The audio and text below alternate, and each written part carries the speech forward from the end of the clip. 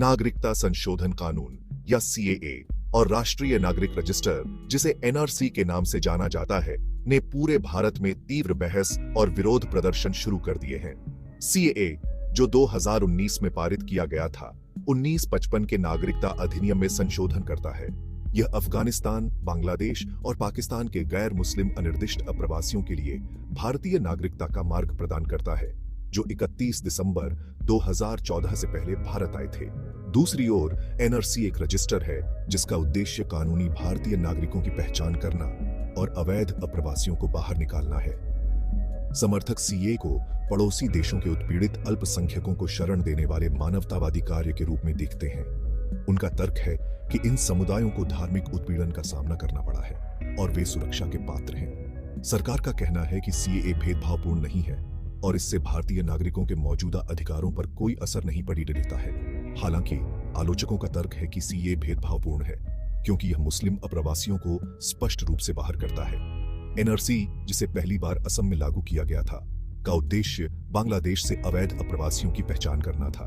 यह प्रक्रिया कठिनाइयों से भरी हुई थी, जिससे कई वास्तविक भारतीय नागरिक अपनी नागरिकता साबित नहीं कर पाए। इससे व्यापक भय और चिंता पैदा हुई, खासकर हाशिए पर रहने वाले समुदायों में। सरकार ने देशव्यापी एनआरसी लागू करने के अपने इरादे की घोषणा की है, हालांकि तौर तरीके और समय सीमा स्पष्ट नहीं है। सीएए और एनआरसी के संयुक्त निहितार्थ बीडीडीढ़े पैमाने पर मताधिकार से वंचित और राज्य विहीनता की संभावना के बारे में चिंता जताते हैं। आलोचकों का तर्क है कि इन उपायों का इस्तेमाल विशेष समुदायों को निशाना बनाने और भारत के धर्मनिरपेक्ष ताने बाने को कमजोर करने के लिए किया जा सकता है। सरकार का कहना है कि राष्ट्रीय सुरक्षा की रक्षा और नागरिकता को विनियमित करने के लिए ये उपाय जरूरी हैं। सीएए विशेष रूप से 6 गैर मुस्लिम धार्मिक समुदायों को लाभान्वित करता है: हिंदू, सिख, बौद्ध, जैन, पारसी और ईसाई। इन समुदायों को अफगानिस्तान, बांग्लादेश और पाकिस्तान में ऐतिहासिक रूप से उत्पीड़न का सामना करना पड़ा है। अधिनियम का उद्देश्य उन्हें भारतीय नागरिकता के लिए एक फास्ट ट्रैक प्रदान करना है, उनकी भेद्यता को पहचानना और उन्हें एक सुरक्षित आश्रय प्रदान करना है। मुसलमानों को बाहर करने का औचित्य यह है कि ये तीनों देश आधिकारिक तौर पर इस्लामी राज्य हैं। सरकार का तर्क है कि इन देशों में मुसलमानों को धार्मिक आधार पर प्रताड़ित नहीं किया जाता है, इसलिए उन्हें सीएए के लाभों के लिए योग्य नहीं माना जाता है। हालांकि इस तर्क का व्यापक रूप से विरोध किया गया है। आलोचकों का तर्क है कि मुसलमानों को बाहर करना स्वाभाविक रूप से भेदभावपूर्ण है और भारतीय संविधान में निहित समानता के सिद्धांतों का उल्लंघन करता है। वे बताते हैं कि उदाहरण के लिए अहमदिया मुसलमानों और रोहिंग्या मुसलमानों को इन देशों में उत्पीड़न का सामना करना पड़ा है। धर्म के आधार पर सीएए का चयनात्मक समावेश भारत के धर्मनिरपेक्ष लोकाचार से एक प्रस्थान के रूप में देखा जाता है। विशिष्ट समुदायों को शामिल करने से ऐतिहासिक और राजनीतिक संदर्भ के बारे में भी सवाल उठे हैं। कुछ लोगों का तर्क है कि सीएए एक विशेष राजनीतिक आख्यान को पूरा करता है, जो भारतीय पहचान को बहिष्कृत धार्मिक शब्दों में परिभाषित करना चाहता है। इस अधिनियम ने मुस्लिम समुदायों के बीच चिंताओं को और बढ़ा दिया है, जो खुद को तेजी से हाशिए पर और लक्षित महसूस कर रहे हैं। खंड 3, एनआरसी कार्यान्वयन और चुनौतियां। एनआरसी, जिसे पहली बार असम में लागू किया गया था, में दस्तावेजीकरण और सत्यापन की एक जटिल प्रक्रिया शामिल थी।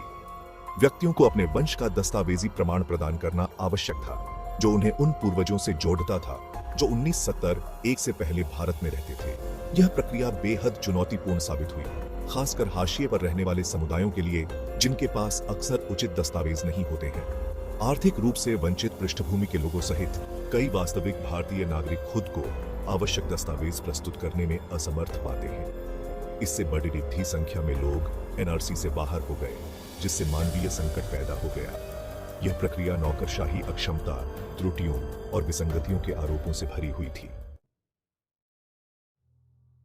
असम एनआरसी अभ्यास ने 19 लाख से ज्यादा लोगों को राज्य विहीन छोड़ दिया, जो अनिश्चित भविष्य का सामना कर रहे थे। एनआरसी से बाहर किए गए लोगों को रखने के लिए डिटेंशन कैंप स्थापित किए गए, जिससे मानव अधिकारों के उल्लंघन की चिंताएं भी आच गईं। पूरी प्रक्रिया ने व्यापक भय और चिंता पैदा की, खासकर बांग्ला भाषी मुसलमानों में, जो अनुपातहीन रूप से प्रभावित हुए थे। एनआरसी को देशव्यापी लागू करने के सरकार के इरादे ने चिंताओं को और बढ़ा दिया है। आलोचकों का तर्क है कि सीएए के साथ मिलकर एक राष्ट्रव्यापी एनआरसी का इस्तेमाल बीडीडी संख्या में लोगों, खासकर मुसलमानों को मताधिकार से वंचित करने के लिए किया जा सकता है। राष्ट्रव्यापी एनआरसी के तौर तरीकों और संभावित प्रभाव के बारे में स्पष्टता की कमी ने अनिश्चितताओं और आशंकाओं को और गहरा कर दिया है। खंड 4 सीएए और एनआरसी के व्यापक निहितार्थ। सीएए और एनआरसी के संयुक्त निहितार्थ नागरिकता के मुद्दे से कहीं आगे तक फैले हुए हैं। वे भारतीय लोकतंत्र, धर्मनिरपेक्षता और अल्पसंख्यक अधिकारों की सुरक्षा की प्रकृति के बारे में बुनियादी सवाल उठाते हैं। आलोचकों का तर्क है कि ये उपाय राष्ट्रवाद के अधिक बहिष्कृत और बहुसंख्यक रूप में बदलाव दर्शाते हैं।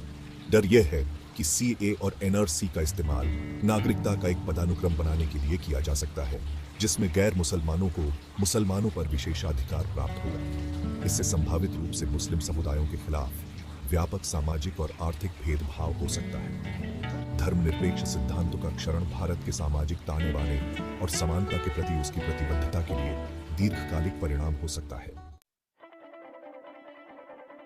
सीएए और एनआरसी ने भारतीय पहचान के अर्थ के बारे में भी राष्ट्रव्यापी बहस छेड़छाड़ दी है। सरकार का आख्यान एक विशेष धार्मिक पहचान पर जोर देता दिख रहा है, जो भारतीय नागरिकता के लिए केंद्रीय है। इसने कई लोगों को अलग थलग कर दिया है, जो भारत के अधिक समावेशी और बहुलवादी दृष्टिकोण में विश्वास करते हैं। इन उपायों को लेकर विवाद ने मानवाधिकारों की रक्षा के महत्व पर भी प्रकाश डाला है। बड़े पैमाने पर मताधिकार से वंचित और राज्य विहीनता की संभावना मौलिक अधिकारों के उल्लंघन के बारे में गंभीर चिंताएं पैदा करती है। सरकार की जिम्मेदारी है कि नागरिकता से जुड़े किसी भी उपाय को न्यायपूर्ण और मानवीय तरीके से लागू किया जाए।